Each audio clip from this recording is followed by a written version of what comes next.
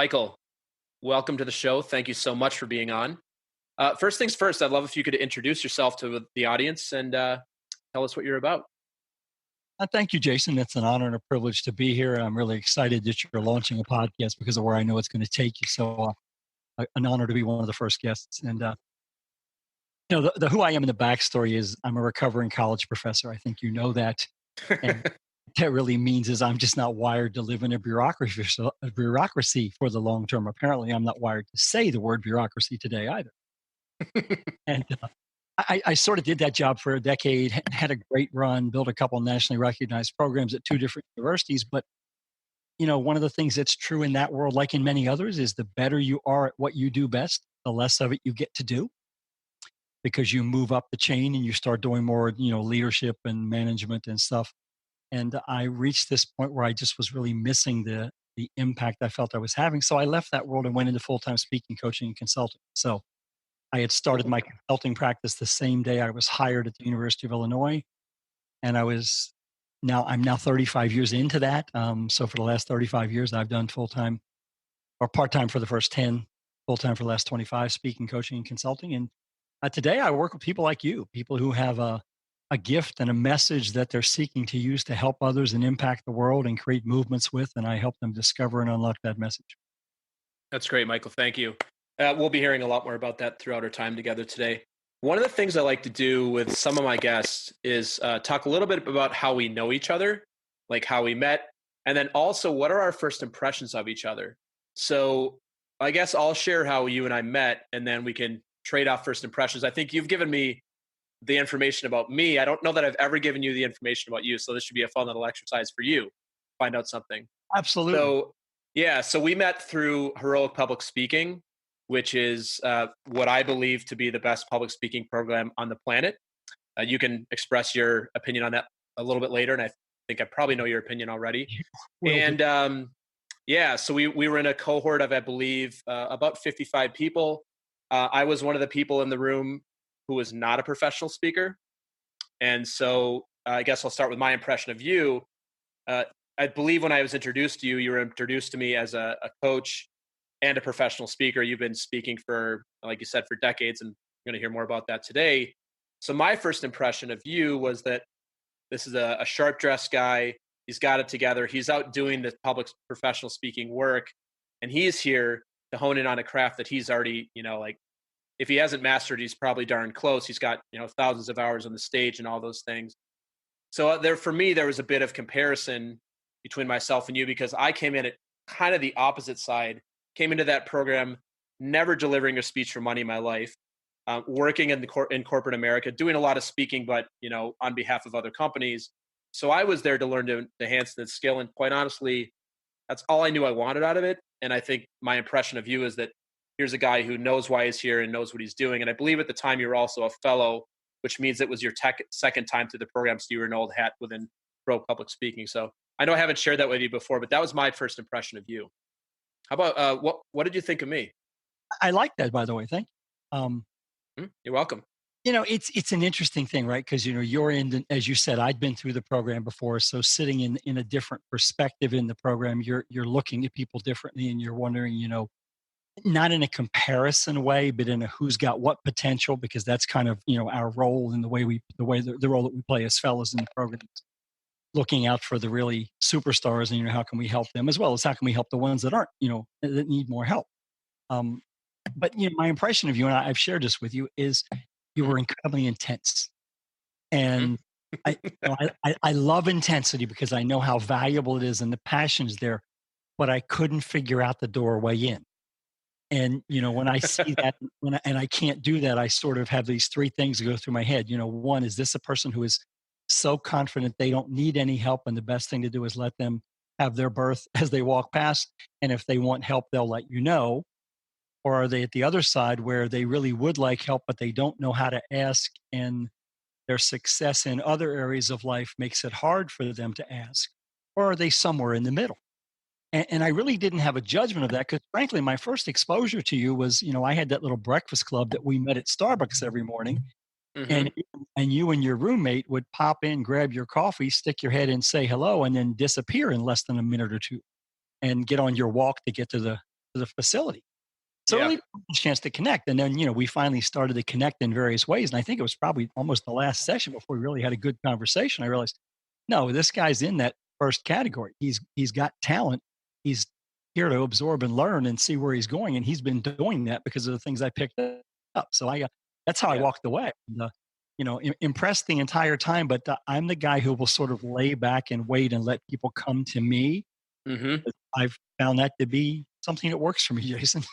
Yeah. No, that's great. Thanks for sharing that. It's so you're not the first person that told me that I'm intense. And I think I shared this with you when you first shared this with me. I totally get that. And I think once people get to know me, and you can say otherwise, like most people would not describe me as somebody who's afraid to ask for help. Mm, And I'm very open to help. And I think what you were mentioning, the energy that you were sensing was probably my survival mechanism of being in a room of like, whoa, there's some impressive people here. And I don't consider myself one of those impressive people. mhm. And I didn't at the time, which is probably my protective mechanism that I put around myself was like, all right, let me either pretend that I'm confident, or maybe it is what you picked up is uh, I just don't know who to ask for help because it feels like nobody wants to help here, not because they don't want to, but because I like had a story in my head about how people were. But either way, here we are today on my podcast, so that's it. It's all good, and I appreciate you sharing that with me. It actually Well, meant a lot to me when you shared that with me. thank you. There's an interesting element of that, Jason. I think for your audience to think about too, no matter where you are, what you're doing. Right? We all look at someone and we're going to compare them to us at various points in our life. We can't help but do that. And I have a few more years of life in than you do. And I looked at the intensity in you, and it reminded me of me at that stage in my life. You were very Hmm. successful in the career you were in. You were stepping out to explore something new. My inherent curiosity made me do that a lot. And one of the things I used to be accused of was being arrogant. And, as I learned over time and grew, what I began to realize is that it wasn't arrogance. It was exactly what you just described. I'm not sure who I'm comfortable asking. I don't want to make a misstep. So I'm going to observe and I'm going to just do me, which is what I think all of us need to do all the time. And doing me is I'm an intense guy who gets where I'm going when I want to be there on time. I'm going to interact with people on the way. And when the door opens, I'm going to walk through it. And that's what I've learned more about you since I've gotten to know you better. Yeah, that's awesome, Michael. Well, thanks for sharing that. So we're gonna have some fun today. We're gonna learn a lot more about you, and I've got some questions that I'd like to ask you that I think our audience will find interesting. Awesome. So, first question I want to ask you to kick this off is, what's something that you nerd out about? Something that maybe a hidden passion, hidden hobby, something that we might say, hey, it's a little bit nerdy, or maybe not, but something that really you're into that you'd like to share with the audience. And you know what I'm going to say. I think I do, and it's I, I hope for those I hope for the people that are listening, I hope you're not hungry because I have a feeling this is what's coming. that's where we're going. Jason, my original life vision was I'm going to get my PhD. I didn't come out of the womb wanting that. Okay. But there was a point in my life where this became my vision. Go get my PhD, because when you do that, you work for 4 or 5 years, you get tenure, then you get to take a sabbatical, which is basically a year off. Hmm. And my intention was get my PhD, get a job at an academic institution, get tenure, take a year and go to France to cooking school, with a vision that I would leave academia at that time, come back and open a restaurant. Because I learned to cook at the apron strings of my grandmother Hmm. and some of my fondest and deepest memories. Now, that has evolved into an obsession with barbecue. And when I say barbecue, I'm not talking grilling, I'm talking smoking meat, brisket, Hmm. pulled Hmm. pork, ribs, chicken. And as I recently was suckered in, not suckered. I was dragged without a lot of kicking and screaming. I was kind of hoping they would drag me into this barbecue competition that my daughter's friends run, and had a pretty big setup in that competition because my son-in-law had sort of told people that I was really good. Um, Hmm. so the pressure was on, and I was fortunate. I placed third overall in the competition, and my chicken was third, and my pork was second, and Amazing. still ticked off my ribs didn't place, but I think I know exactly why, and that's a whole long story we will not go into. But here's the point of why, somebody says, well, why does a guy who does something like you do, who's a former professor and sort of still lives his life as a professor? In fact, my competition team is called Professor Smokes Barbecue. And I am right now, Jason, you don't know this, but I am right now in talks with somebody about possibly opening a barbecue restaurant. Oh, that's amazing. I thought you were actually going to say, I don't know if you know this, but right now I'm actually smoking something on my Big Green Egg, Hey, which would be awesome. I'm a Kamado Joe fan, so Big Green Egg, Kamado Joe. no. But but here's the thing, right? To me, it is a metaphor for all of the work that we do. And no matter who you are, every bit of work you do requires some vision of what you want the outcome to be and some plan and path to get there, some assemblage of the necessary resources to make it happen, some level of monitoring, measuring as you go to see if you're making progress. Well, that's exactly how you smoke a brisket or a pork butt or ribs or chicken. And so that's the connection to me. But the thing is, it's different, right? I nerd out on it because it doesn't count. Now, it Hmm. counts if I'm competing in a competition because we all have our egos, but it is the place I can kind of disconnect. I can watch YouTube videos, I can read books and learn, and then I can go play and test. And I'm not afraid to play and test because I have the confidence I can always recover it somehow at any point. Hmm. Which I think is an important and powerful metaphor for the way we should approach our work, no matter what we do. We live in a world where testing, trying, improving, and repeating matters far more than waiting to do it right the first time. Yeah. Yeah, I love that. That's something that I think we're gonna talk more about today, like the crux of perfectionism, and the reality is in like specifically here on cooking and smoking, what's perfect? There is no such thing as a perfect rib. It's all judgment. It's all at the whim and mercy of the judges or at the person's taste buds. And what might be perfect for one person might not taste that good to somebody else. So yeah, I think that's a great analogy for some of the other things we're going to talk about today. So thanks for sharing that. Sure. Quick question on the smoking. If you could only smoke one thing, like let's say that you had your all time hero over, and you got to smoke one thing, what would you smoke for them? Brisket. Brisket. Brisket, because I can do a killer brisket and I have a bourbon barbecue sauce that you will adore. Even though good brisket doesn't necessarily need sauce, it's nice to have that little once in a while, dip it in some sauce. And that's my go-to. And in fact, I have a CEO of a client that he vacations near me, and he lives in Phoenix. And I had them over this summer, and that's what I made, and it was a fantastic meal. That whether it leads to business or not, it's not the issue, but that's the meal that I know people love the most.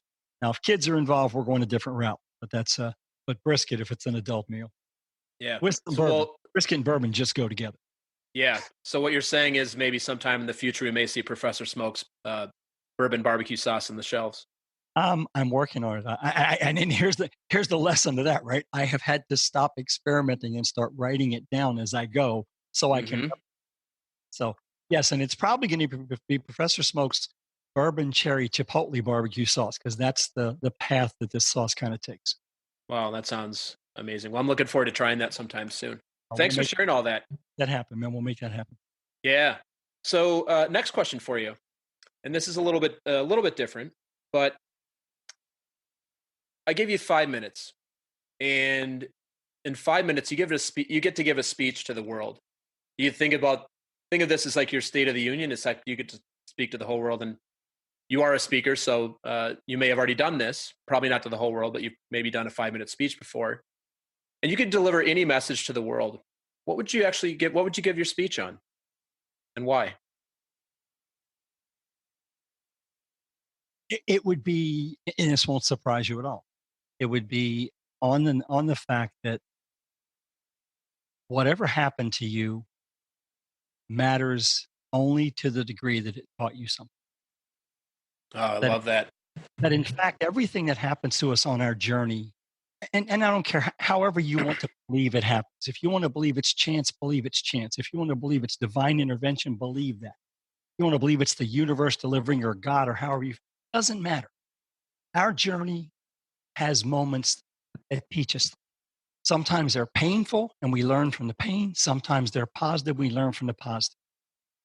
And I believe that's why we're here, because we experience that journey, we learn those things, and then that equips us to serve others. And those others will be brought into our path as we travel through our life. And it is our job to have our message ready so that we can teach them what they need to know because we're the people they have to learn it from. That's why they've been brought into our path.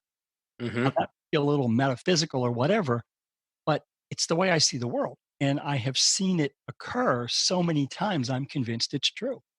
So Hmm. I would spend my 5 minutes convincing you that no matter how bad what happened to you was, there's a lesson in there. And if you can unlock that lesson, you will discover why you're here. And so then that thing about, that we hear about 2 best days of your life are the day you're born and the day you discover why, Hmm. that discover why. And Yeah, my that's personal beautiful. story. I have that difficult moment that happened, that difficult thing that happened in life. And when I finally figured out what it meant, it just changed everything. Yeah, that's beautiful. That's a message. It's a message that the world definitely needs to hear. Next question for you. What's something that is inside of your comfort zone that it might be outside of somebody else's comfort zone? Listening and figuring out what stuff means. And Jason, what I mean by that is, a lot of my work has been facilitation of conversations, processes, strategic planning, leadership development, culture. And the gifting that, I was given that I don't know where it came from. And it creates a real challenge, right? Because there are moments when I will hear myself say something and I'll go, where did that come from? I didn't consciously think of that. I didn't create that. Somehow it came through me. And it's that ability to do that I am so comfortable with. I can just freak other people out when you ask them to do it. Because it's one thing to ask a question of a group of people, probe and pull and prod until people really release what they're thinking about it, and to be able to see it from a high level and say, okay, this is how all that fits together. That's a very cool skill to have. And I don't know where I got Hmm. it, but I have it. But for most Yeah. people, they will say, how can you do that? How did you figure all that out from that? And if you have the gift and it's in your comfort zone, it is so easy. You have trouble explaining how you do it because you don't even know. And, this happens to me a lot. I don't mean this arrogantly. It's just a reality. Hmm. We'll be in a conversation. I'll be asking questions because that's what I do. We can talk more about why I do that later. Yeah. But I prefer to ask questions, even though I love to talk, because it helps me learn. And at times, after asking a number of questions, I will see something or something will come through me and I'll say something. And it is not at all unusual for someone to say, can you say that again? And here's the sad thing, Jason, I can't because I don't even Hmm. get it in the first place. I didn't, it's not like I took time to formulate the sentence in my head to say it. It just came together and I said, well, that sounds like what you mean is this. And people go, yes, I got to write that down. It's one of the reasons I record everything I do because I never know when that thing's coming because it doesn't come from me, it comes through me. And while that Yeah. might sound weird, there are lots of people that can attest to the fact this is an experience we have. But to those who don't have that experience, that's got to be outside the comfort zone. And it's almost weird and frightening to them because Yeah. it's kind of threatening. Oh gosh, this person can see inside of me. Kind of weird. Yeah. My friend, I forget what the title is, but he has a name for this, but it's the thing that we so naturally do that we don't even have to think about it. Like I think all of us as human beings have like something or a few things that we do that is so easy for us that we almost assume, and I had this happen to me last month actually, that we assume that it's like that for other people. But I had it reflected to me by one of my friends that the thing that something that I am, really good at or inside of my comfort zone. She told me that for her, it's so outside, not even outside her comfort zone. She literally doesn't understand it. And I'm like, how would you not understand this? It's so on the note, no, like, so on the nose, so right in front of you. It's so like natural and easy to do. And she's like, for you, Yeah. for me, for her, she was like, this is insane that you know how to do this. And I've becoming to realize through my work with like coaching people and just getting to know people like the HPS community and such that it's just that it's like this thing that we're built that we have this thing we're so good at And we're like, oh yeah, easy.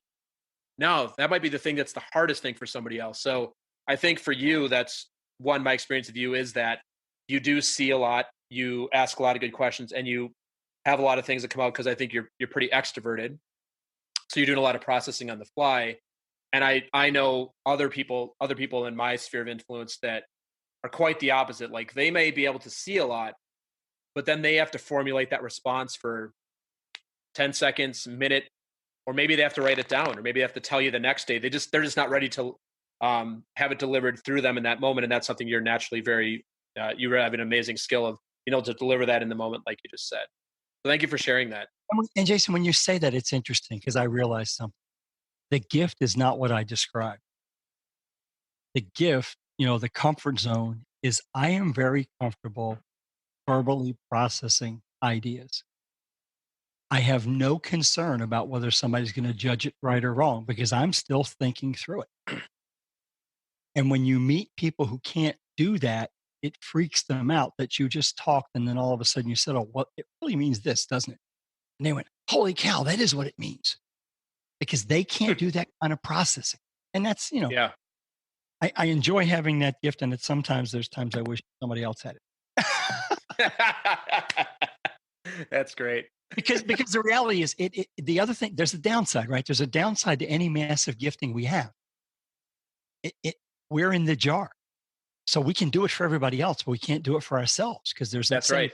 need to label when we're in the jar. Well, when we're in our jar, that gift we have is useless to us. And that's frustrating. Yeah. Which is why people like you and I have thriving client practices because the things that people can do for themselves, or the things they can do for others, they can't do for themselves. Which is why one of the main reasons I think why you work with a coach or work with a consultant or work with a business partner, whatever that may be. And if we So puncture this whole conversation, it boils down to this. That which is amazing to others, or excuse me, that which is obvious to you is often amazing to others. yeah, I love that. Or hidden or, invisible. Yeah, I might steal that. Is that trademarked? Not yet. Maybe by the end of this podcast. Buying the domain name as we talk. Yeah, I love that. I love that. So I want to flip the script on this question for you. Oh. So what's something that's outside of your comfort zone that is inside of somebody else's comfort zone? Well, it's interesting. You said something a moment ago, and I have to come back to it, and it kind of fits. Extroversion is actually outside of my comfort zone. Mhm. I am describe myself as an introvert. On the Myers-Briggs, for example, I'm an INFJ, which is supposedly the rarest personality type in the Myers-Briggs.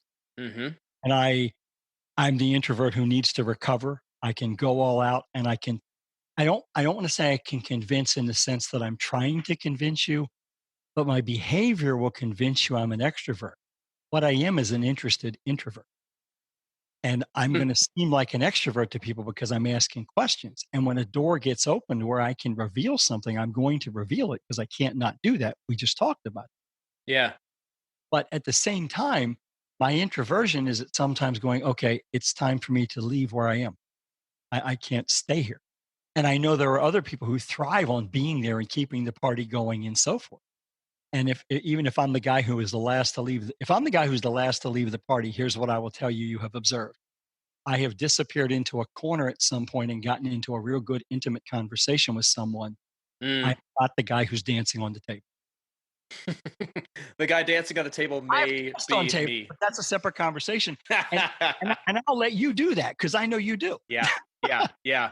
I'm the guy who is the last man standing because I'm a complete extrovert, and I probably talk to every single person at the bar about something at some point. So, but we may or may not have had a serious conversation, but we probably had a fun one regardless.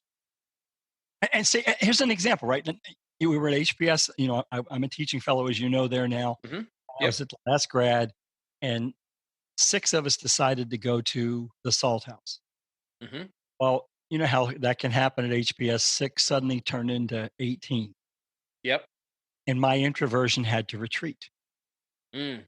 And there was one person that we had talked about having a conversation about something.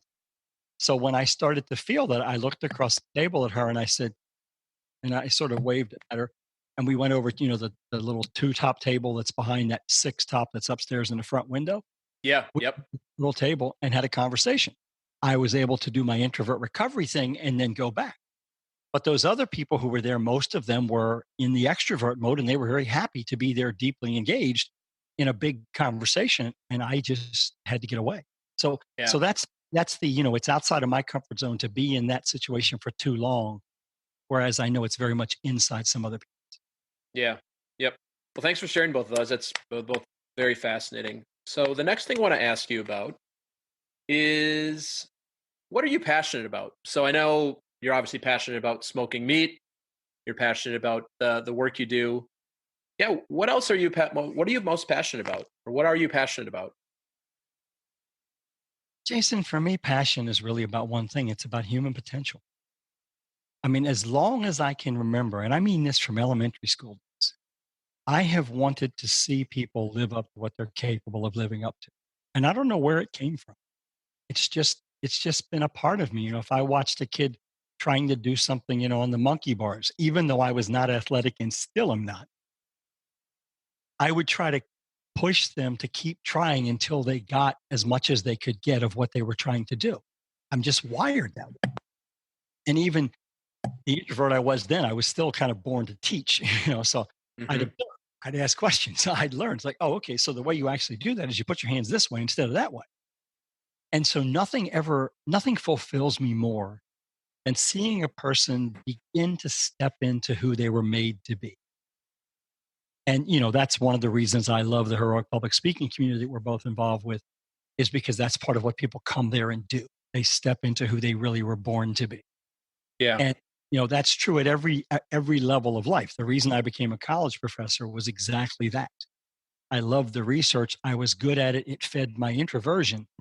But I reached that moment in my master's program where I went to my major professor and I said, I really need to get back to where I'm seeing people become who they are. I need to teach.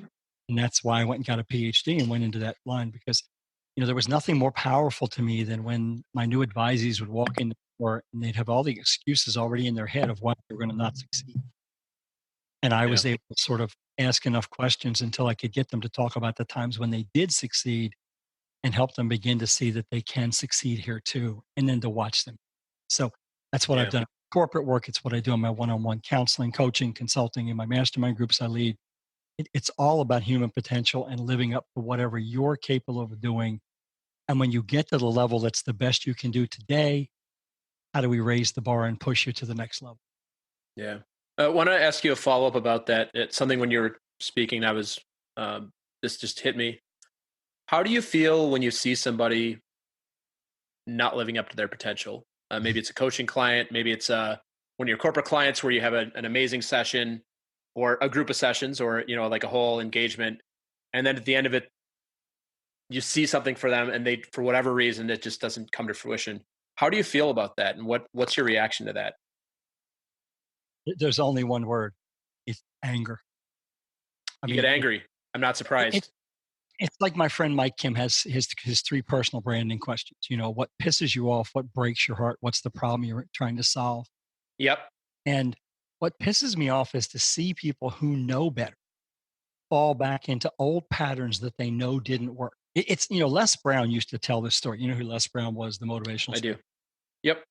He used to tell this story about a guy walking down the street. And every once in a while, off in the distance, he hears this, ow, and he doesn't know what it is. He just keeps walking and it keeps getting louder and more frequent. Ow, ow. Finally, he gets up to this house and there's a man sitting on the front porch and there's a dog laying beside. And every once in a while, the dog raises its head and goes, ow. And he says, hey, man, what's wrong with your dog? He said, he's laying on a nail. He said, well, why didn't he move? Well, it doesn't hurt enough to move. It hurts enough to sit there and go, ow, every once in a while. Well, there's a lot of people, Jason, laying on nails doing that every day. Yeah. Oh yeah. It pisses me off because they could change that and they don't realize that change decision is something within their power. Most Yeah. powerful afternoon I ever spent there was a book coming out of the Chicken Soup for the Soul series called Chicken Soup for the Prisoner's Soul. For the And the co prisoners, did you say for the prisoner's soul? yes, for the prisoner's soul. Got it. And the guy who co-authored the book with Jack Canfield and Mark Victor Hansen was a guy from Delaware. And he organized an afternoon where all of our professional speaking friends went into a prison here in Delaware called Gander Hill. And we were assigned a group full of people and we had a topic. So I was assigned the addiction recovery group. So I walked into a room with 90 inmates and I had 75 minutes with them. And what I had been asked to talk about was goal setting. And Jason, these gentlemen were all over the age spectrum. They were, the group was racially structured as one would be if you know anything about how our prison systems are. Mm-hmm. And as I'm talking about goals with a whiteboard here and just laying out three basic concepts, because these are recovering addicts and we're trying to help them understand goals because they're setting a goal to break free of the addiction they have. When I watched an old man midway through begin crying and shaking his head, and I watched a young man in front feverishly taking notes on this little tiny slip of paper that he had because he really didn't have the resources to have anything else. And we weren't allowed to bring in handouts or anything. Mm-hmm. And the meeting came to an end, and those two people came to me. And the old man looked at me, still with tears in his eyes, and he said, "Son, I so wish I had met you 30 years ago. My life would have been so much different." And then the young guy who's standing there with him says, "How can I learn more about this? Can you send me something? If I give you my address, can you mail me a book on this or something? Because I need to know this. I didn't know you were allowed to make decisions about your own life. I thought that just, Wow. you know, you can imagine what I felt like. Oh man. Yeah. That's very moving. But it also taps into that thing is, I'm standing there and my heart is broken by seeing that here are two men who have ended up in a place because nobody ever told them they had a choice. And they never realized they could do something different. Well, there are a lot of people, Jason, in that same prison in their mind. There are a lot of people in the same prison on the job. There are a lot of Mm-hmm. people in prison in a relationship. There are a lot of people in that same prison because their parents don't believe they can do better. They know they can, but they're being held back. There are a lot of people in that same prison because of something bad that happened in their life. So, my passion is how do I help them move past that? How do I help them unlock that? Yeah. That's really cool, Michael. So Yeah, I we're going there, but I had forgotten no, it. it's great. I'm quite emotionally touched right now just remembering that moment.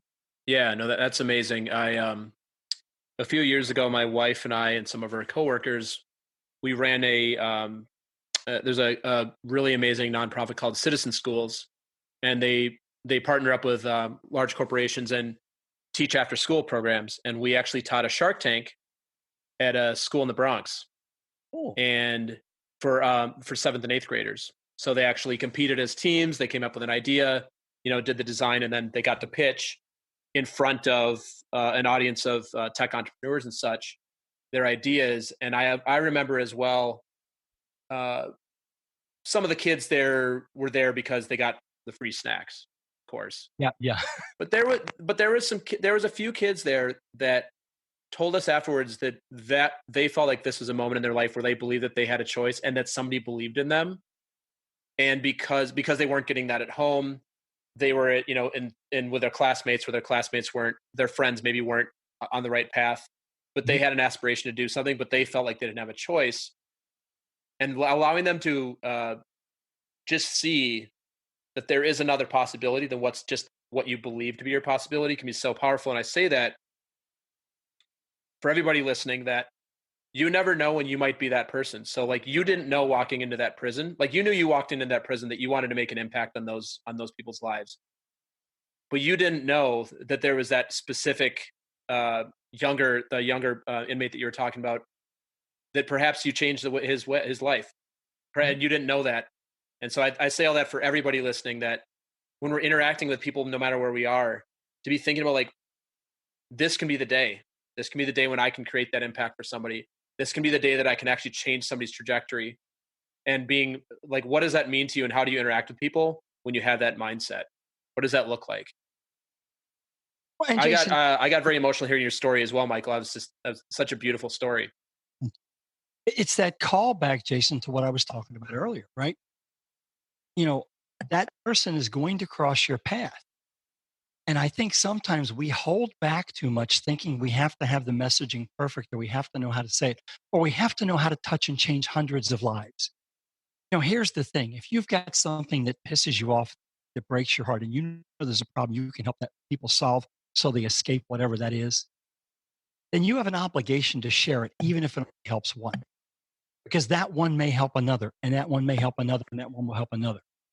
And we shouldn't shy away from that because we think it can't change someone's life because we never know. I mean, we all see the memes about things. We never know what's going on in someone else's life at this moment. Hmm.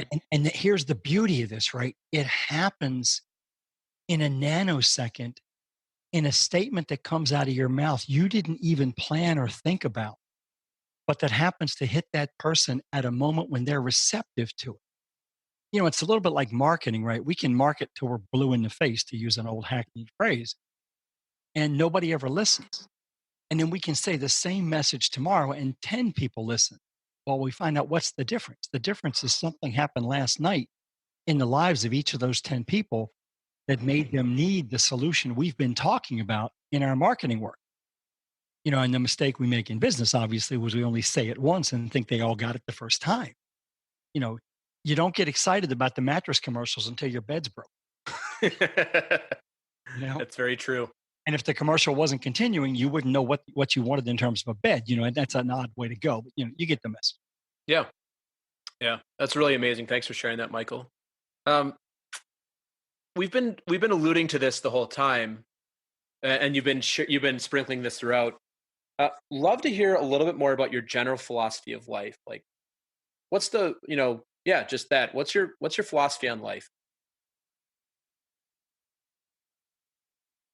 You can do more than you believe you can, and you're supposed to do it, regardless of the risks. And what that translates to, Jason, is the journey can be long and arduous. The journey can be costly. The journey can subject you to different, difficulties along the way. I made a decision 5 years ago to pivot my work. I sold a business that I'd been running for 17 years and sort of decided it was time to really pursue my passion, in part because of what the question you asked earlier. I did an exercise where I realized 65% of the clients I was working with were pissing me off every day because Hmm. they weren't taking action. They weren't doing anything. They were just going through the motions. And I can't stand just going through the motions. If you're Hmm. not going to show up and go all in and play all out, I'm not the guy for you. Hmm. And when you discover that, you realize you're going to change it. You can't just snapping your fingers is hard on a microphone, but you can't just snap your fingers and make it happen. It takes time. Today is November 6th. That's I, right. bel I believe the date was November 7th of 2014 when I made that decision. And that has only all started to truly come together for me in the past 12, 15 months. And in large part, that's because I was ignoring the fact it was my responsibility to change things. I was Hmm. coaching other people to do it. I was pushing them to. But when you met me, um, I weighed 60 pounds more than I do today. Hmm. And 2 months before that, I weighed 80 pounds more than I do today. And the simple reality is I was wearing a fat suit. And I had been wearing a fat suit for my entire life from the age of 10. Hmm. Well, I might as well share this with your audience. I don't hide it from anybody Sure. because here's the point. There may be someone listening that this will help. I was a verbal processor my entire life. I understand the world by talking through. When I was 10 years old, I had something happen to me. I'm okay. There's no need for anybody to worry about me. I've worked through it. In fact, I finally have really worked through it now. But I was raped and molested for a year by someone who threatened to kill me.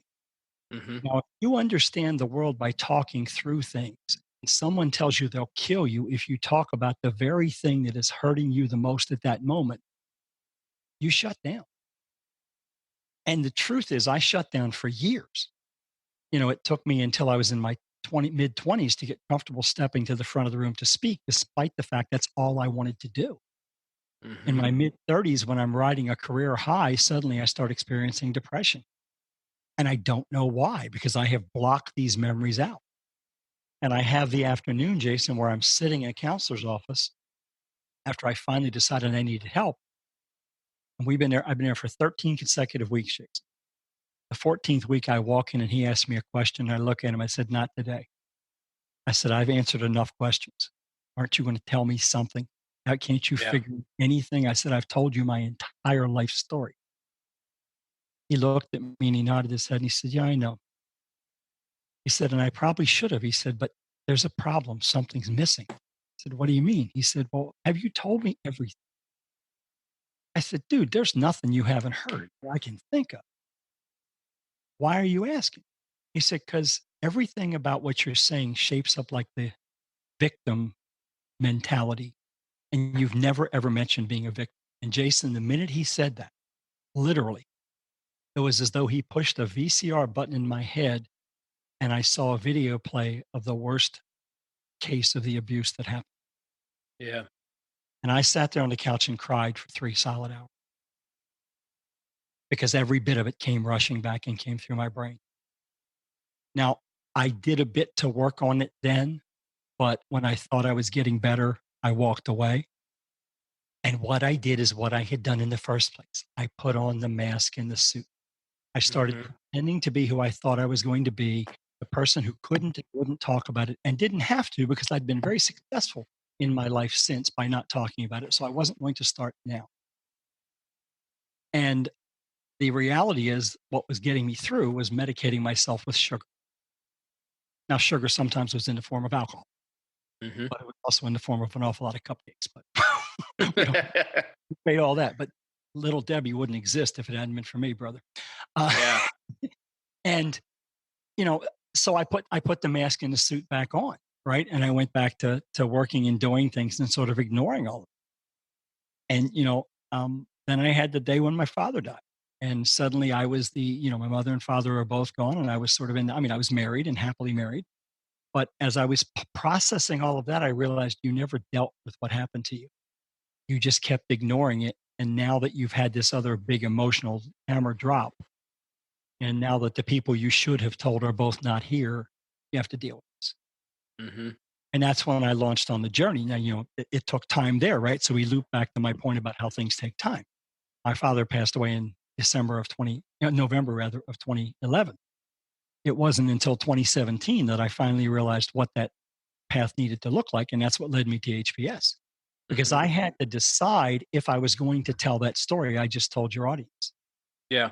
And originally I would tell you a whole lot more, with 4-part harmony and, double drums and everything else. Now I tell it as one sentence with a couple setup sentences, not to discount it, but because all I need to do is let someone know you can go past that if you'll do the work. And I have learned that there's always someone who needs to hear that to realize it doesn't have to hold you back.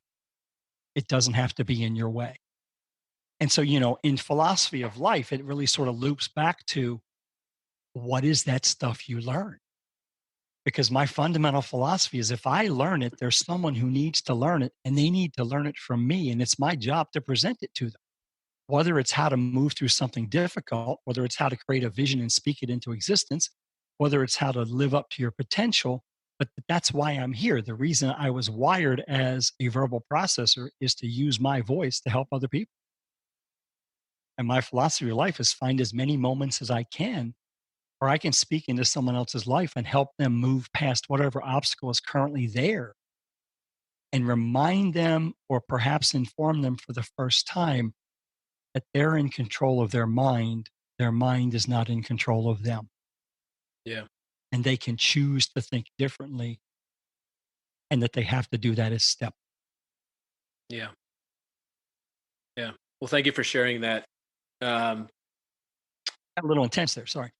no, no, no, and that's no. It's a great message. Kind of heavy. I'm no, but I'm feeling called. If there's somebody listening to this podcast, and you could, I think you just gave a great message. How would you summarize that lesson for them in one or two sentences? Like, what's the thing that you think people that have got some sort of traumatic event or something that is from a victim place or just a limiting belief in themselves, a story that they tell themselves? What would you tell that person if you had like one or two sentences? right now? It starts by mapping your life so you become aware of what those moments were and what they meant. Very simple exercise. Yeah. Take an 8.5 by 11 sheet of paper, turn it sideways, draw a line across the middle. On the left-hand side, put the date you were born. On the right-hand side, put the day's date, then break that into 5 to 6 equal increments. Above the line, you're drawing lines that have a height that represents how positive something was that happened. Below the line, you're drawing a line that the depth represents how negative it was. Hmm. Map the 2 to 3 most positive and negative events in each of those 5 blocks, and then sit down and think about it. And Yeah, think with this that's great. question in mind, what did this stuff teach me? What did this stuff reveal to me that I'm ignoring and that I'm not living my life taking advantage of and that I'm here to share with other people? That one simple exercise can change the way you interact with yourself and with everybody in your life. And it takes about a half hour. Yeah, that's I amazing. did that exercise with our friend Howie Craw um, Hmm. on a drive one day when he called me, and I had 6 hours on the road, and we spent about 4.5 of it talking and working through that exercise. And he will tell you it was life changing Yeah. because, and not because of anything I did. Right? This is not, I didn't come up with this concept. There's lots of people that have life mapping institutes and do things of this nature all the time. But if you map your life, there were moments put there for a reason. So the question is, did you figure out what that reason was and what did you learn from that? And are you using it and who else needs to know it? To me, it's that simple. Yeah, that's And beautiful. and that's not easy, but it's that simple. Simple and Yeah. easier to do things. Yeah, exactly. Simple to start, not an easy process to get all the way through, but definitely worth doing. So you just alluded to this, and the next question I think is a natural thing as we get near the end of the time. We still have some time left though. Yeah. Is I think the audience would be interested to hear about your journey from where you've come from to your journey to you and I sitting here together today. So, just to summarize what we've heard about so far, you had a traumatic event when you were 10. You were a college professor at University of Illinois, and you are currently a coach, consultant, and professional keynote speaker, and of course, semi-professional smoker on the Komodo Joe. So yeah, I'd love to hear a little bit more about your journey. Like, start where you'd like, and let's end where we're sitting here today. And Jason, I'll do it not in a bragging sense, but I'll do it sort of in a curriculum vitae sense because there are Yeah, you moments. can. I'd love to hear you brag. I'm happy to hear you brag. You do you. Well, I was the shy kid, right? I mean, what popped into my life right around the time that the bad stuff happened was a thing called 4-H. And your audience, many of them probably have never heard of it because it was a rural type agricultural program. But the H's stand for head, heart, hands, and health. And the local 4-H club met next door to my house, and so I went there when I was 9. And at the end of the year, I had one of those moments where I got blamed for something I didn't even know I was supposed to do, so I quit. And then I discovered how powerful my father was and how many people knew. Just about a week later, this little red car pulls up in the driveway, and this guy gets out, and he comes in, and I don't know who he is. I've never met the man. I just see him walking. It turns out he's the county 4-H agent, and 4-H has agents in every county as part of the Cooperative Extension Service, which, if you want to know more about, then we're in a word, you can Google it and learn. But every county had extension. This gentleman was the 4-H agent, and he said, "I understand you decided to quit 4-H." That your dad was telling me. I said, "Yeah." I said, he said, "Well, how come?" And I told him, and it was because the leader had treated me in a way that I didn't think was appropriate. I mean, I was only 9, but I still had feelings. And he said, "Well, I'm going to encourage you to give it another shot because I think it's got a lot to offer you." And he said, "That wasn't appropriate. That shouldn't have happened." He said, "Would it be okay if I picked you up next week and took you to the county on some contest?" I think it was like a weeds contest where you had to identify weeds or something. I don't know. Sounds fascinating. Yeah, but Identifying weeds. my dad asked me to listen to him, and I said, "Okay, I'll do it."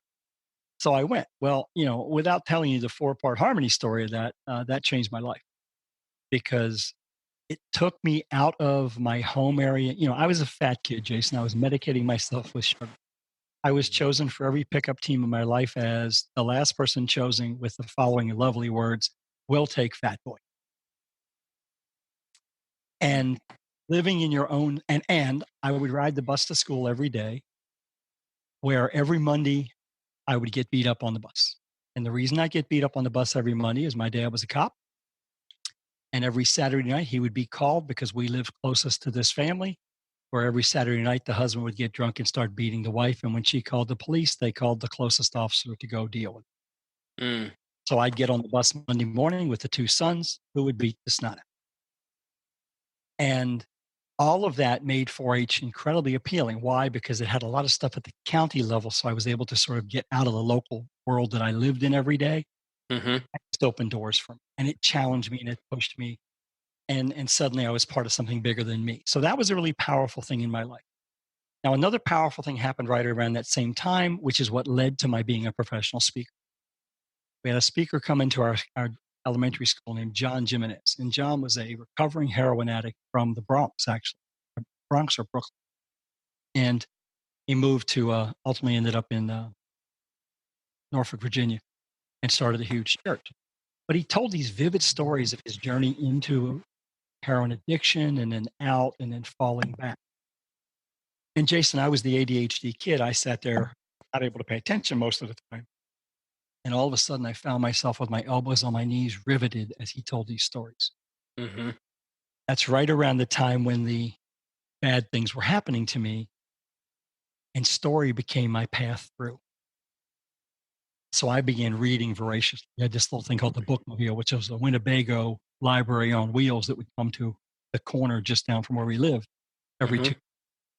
And I would get 6 books, which was the maximum you could get. My mother built a relationship with a woman who drove it, so I could get 6 books every 3 days because that's how fast I was going through them. Wow. My salvation. Now, fast forward, I'm in graduate school. I've found research as a way to something I'm good at, and I'm good at teaching, and I've decided to go get a PhD, and I've accepted a teaching assistantship. I am still petrified to step to the front of the room. But the day, Really? but the day comes when I have to go teach 250 freshmen introductory economics. And this is back in the days of the acetate overheads, that you didn't have pen plotters to print them. You had to do them by hand. Hmm. I sat in my office. I prepared all my overheads. I had my sport coat on, my khaki pants, my tie, looked as preppy as I could get. And I left my office to go teach this class, scared to death. Passed the first building, got about 10 steps past it, turned around, walked back, ran inside, found a men's room, and puked my guts out. Wow. Pulled myself together, started walking again, got to the next building, passed it, did the same thing. I get to the third building, which is the building where the classroom is, and I do it one last time, and there's nothing left at this point, but Yeah. I had one more time. I walk out and across the hall are the auditorium doors to where these 250 kids await. And I'm literally standing there, Jason, holding a notebook that's got all these overheads in it. I got my little pens and everything. I'm ready. And my knees are shaking and it looks like it's 100 yards away. And I have no idea how I'm going to cross this and go in this room because they don't have cell phones, right? When I start walking up the room, they're going to see me. Yeah. And nothing else to do Yeah. but look and go, who's the new dude? Yeah. And this this happened as true as you and I meeting happened. I suddenly looked at those doors and I saw the image of John Jimenez standing on stage telling these stories that riveted my attention. And I literally started hearing this refrain in my head: tell him a story, teach him a lesson. Tell him a story, teach him a lesson. And as each step I took towards that room, that voice grew louder. As I opened the doors, the voice stopped. As I walk down the aisle, my brain starts searching, saying, what story can I tell a bunch of freshmen that's going to make them give a hoot about a supply curve? Yeah. And as I got to the stage and there were 3 steps up, I hit the second step and I remembered the day that I reversed the supply and demand curves on an exam in my master's program and almost flunked out. And I said, I'll tell them that story. And then I'll tell them that I'm going to teach it to them in a way they'll never forget it. So that'll never happen to them. So I walked up, hands shaking, turned the overhead projector on, put the opening slide up, stepped aside, and told him that story. Then I taught the lesson. And for the first time in my life, I realized I knew I wanted to be here and I was born to be here. And now I'm comfortable here. Yeah. And all the fear was gone. And that's So what how, opened the door to me becoming a professional speaker. yeah, that's amazing, Michael. So since that moment, how many hours do you think you've spent in front of some sort of decent sized audience speaking? Someone challenged me to calculate it one time, and over a couple glasses of scotch, we did. And I can name it this way: I could count 8,000 paid professional speeches, and those would be 8,000. yeah, and those would be anywhere from 15 minutes in length in some cases, most cases more like an hour at a minimum, and some being full day. But across 35 years, that's how many times I've been in front of audiences, and that was calculated probably 5 years ago. So Yeah. it's been a lot, my man. Yeah. What hits me about that is 8,000 hours in front of people, from the kid who is introverted, Hmm. got the crap beat out of you, the kid who had a very traumatic event, verbal processor, and was told if they ever talked about something that he would be literally be killed. The kid who, well, the young man who was the professor who threw up 3 times. And since that time in your journey, you've done this 8,000 times. Hmm. There's a lesson for everybody in that. Because I think, I'll speaking for myself, I tend to see people, and this is a bias or a context that I have that I know is not true. And this goes back to what I said when I first met you. I look at, oh, there's a professional speaker. He's a natural. He's always done this. It's not true. I mean, it's obviously not true this is the thing that you've worked at, and it's true to who you are and who you want to be and what you love to do, but it required practice and grit and determination for you to be able to accomplish what you want to accomplish in the public speaking field today. I think there's such a powerful lesson that no matter who we think makes it look easy, we don't really know the journey that comes behind that, and the blood, the sweat, the tears, the laughter, the joy, the heartbreak that comes with people that are finally getting aligned to do the things that they say that they actually want to do. Like you said, I think you said it. It wasn't until 5 years ago when you sold your business because you were tired of doing that, and now you finally get to do what you want to do. Only 5 years ago. And part of what drives me, Jason, is to help people do it sooner.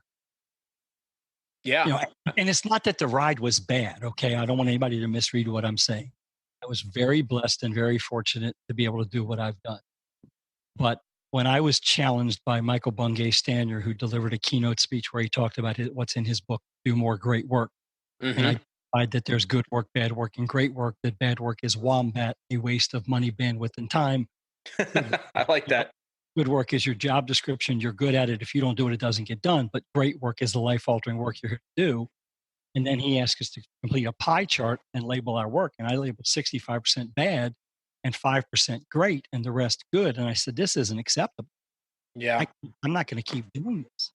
Now, had there been moments in my life before then when that balance was different? Absolutely.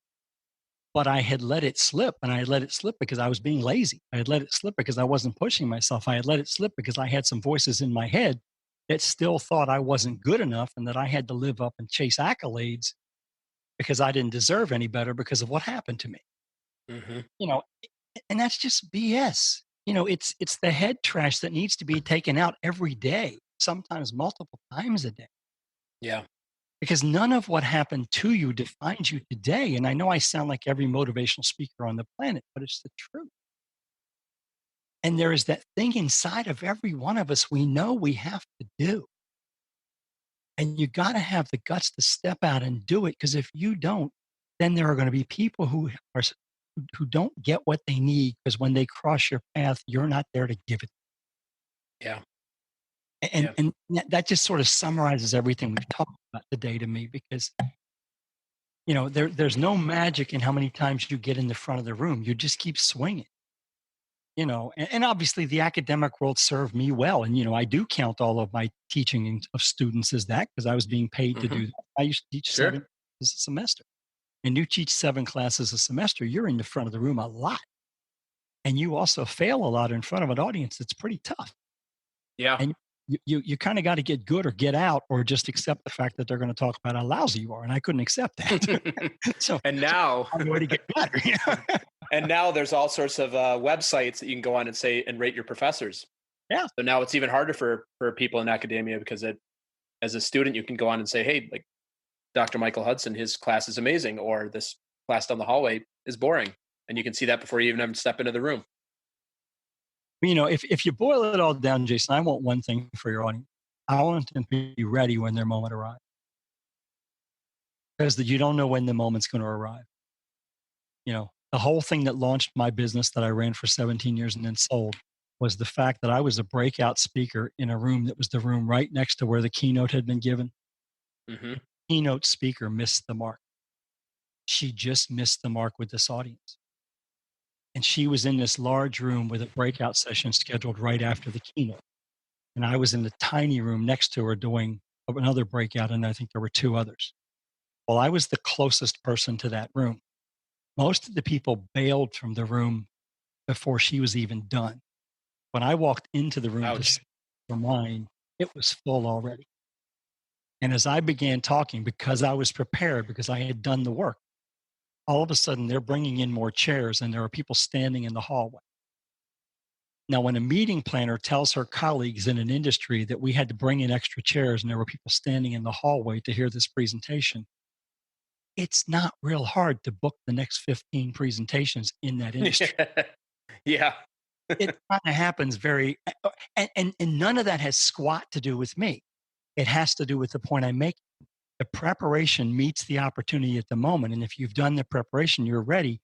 And we've all heard this before, but you're ready to deliver in a way that opens a door you could never have opened any other way. That's right. That's right. You always have to be ready. And the way you're ready is by preparing, preparing, preparing, preparing. And I know you're a man of great preparation. So when that moment came, you took it, and the trajectory of your life completely changed. Dude, I was wearing the lavalier mic, right? So when they started gathering in the hall, I just acknowledged the rest of the people. I said, guys in the room, I said, I'm going to sneak out to the back here. Stay with me. I said, we've got a bunch of people in the hallway and I want to make sure they can hear. And I walked out to see if they could hear. That's amazing. And only because, we're there to serve them.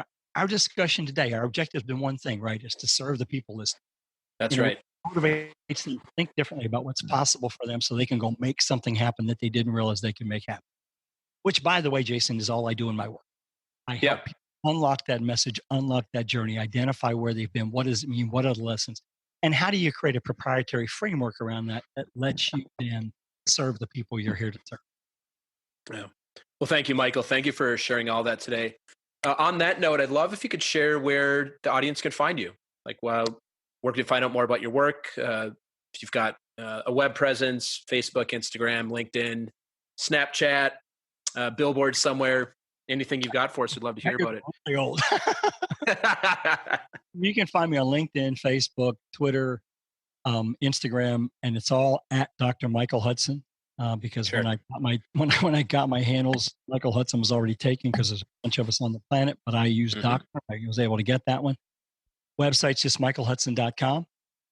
And, the typical path for me to engage with people, Jason, is for us to have a conversation to see if I'm the right person to help them. And, if you're interested in that, just send an email to michael@michaelhudson.com and I'll follow up and send you a link so you can schedule a conversation. And if I can help you unlock that message and figure out what it means and who it's for and how you can leverage it in your work, whether you're an entrepreneur, whether you're an expert as a speaker, coach, or consultant, a small business owner, a nonprofit leader, I tend to work all across that range.